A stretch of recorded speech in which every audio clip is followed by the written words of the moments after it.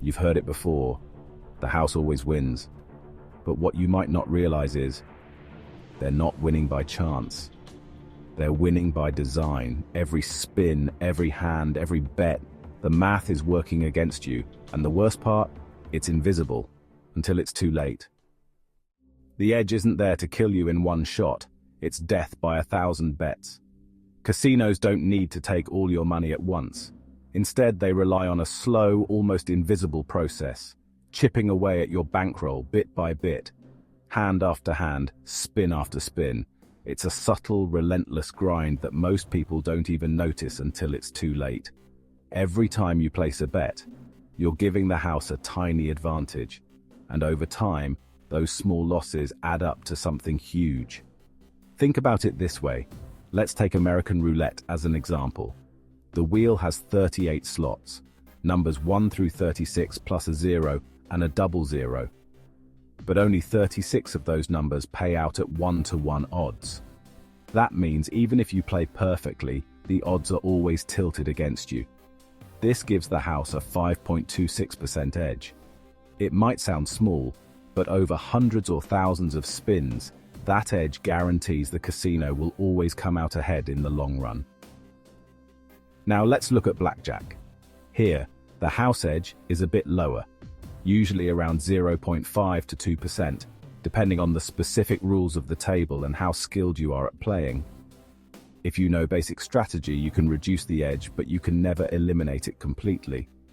The casino always has a built-in advantage no matter how well you play. And then there are slot machines, which are some of the most popular games in any casino. The house edge on slots can be anywhere from 5 to 15%, or even higher.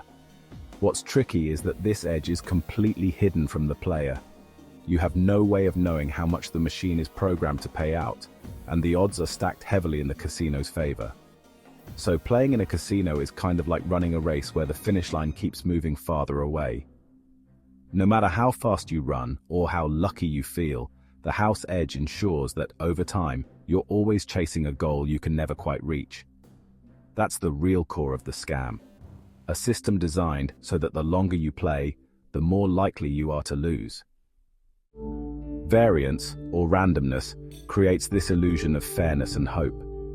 Players win just enough to believe they're close to winning big, but over time, losses are guaranteed because of the math. Short-term luck, long-term loss. So let's talk about that big win feeling. You know the one, your heart's racing, your hands are shaking, and for a moment, you feel like you've just outsmarted the entire casino. Imagine you hit a $1,000 jackpot. The lights are flashing, people are cheering, and it feels like you're on top of the world.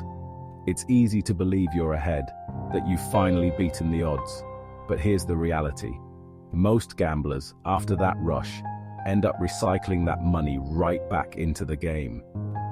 The excitement of the win makes it tempting to keep playing, thinking maybe lightning will strike twice. But statistically, over 90% of big winners eventually lose it all back to the house. That big win isn't really a win at all. It's more like the casino is giving you a taste, a little bit of temporary hope, just enough to keep you playing. You didn't actually beat the house. The house paid you to stay, to keep spinning, to keep dreaming. Here's something casinos really don't want you to notice. Every detail inside a casino is carefully designed to keep you playing, spending, and, most importantly, not thinking too much about how much you're actually losing. From the moment you walk in, you're stepping into an environment engineered to separate you from your money in ways you might not even realize. Take the chips, for example.